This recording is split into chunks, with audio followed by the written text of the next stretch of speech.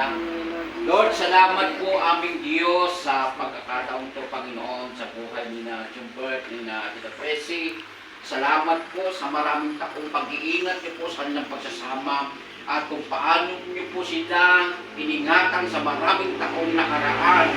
Mas naniniwala kami, Panginoon, na mas lalo mo silang iingatan, Panginoon, sapagkat sinabi mo sa Aklat ng Kawikaan, chapter 14, verse 20 to 27, Panginoon, sabi mo, Panginoon, may dulot ng kapayapaan, may hatid na katatagan sa buong sambahayan.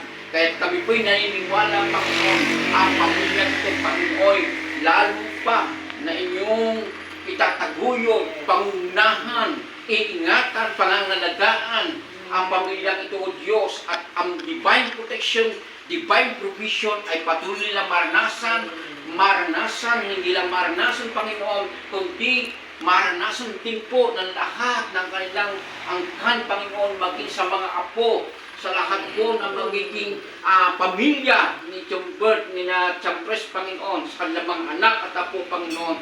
Ang panalangin po namin, ikaw po may sabi, ikaw may pangako, Panginoon, na hanggang sa ikasanlibo sa lahi ay pararanas niyo po, ipadadaba niyo po ang inyong pagkalinga, ang inyong pagmamahal, Panginoon. Kaya, Panginoon, yun po yung aming tinatuyuan, sapagkat ang sabi mo, Panginoon, kay Kristo, ang lahat ng iyong pangako ay oo o amen. Kaya, Panginoon, pinangahawakan namin ang pangako nito sa buong pamilya po ni na Jumbert, ni na Presi, Panginoon, sa kanilang anibersaryo, Panginoon, yung divine protection, divine provision ay patuloy nilang maranasan, Panginoon, kasama ang kanilang mga anak na naghahanap buhay sa ibang bansa, Panginoon.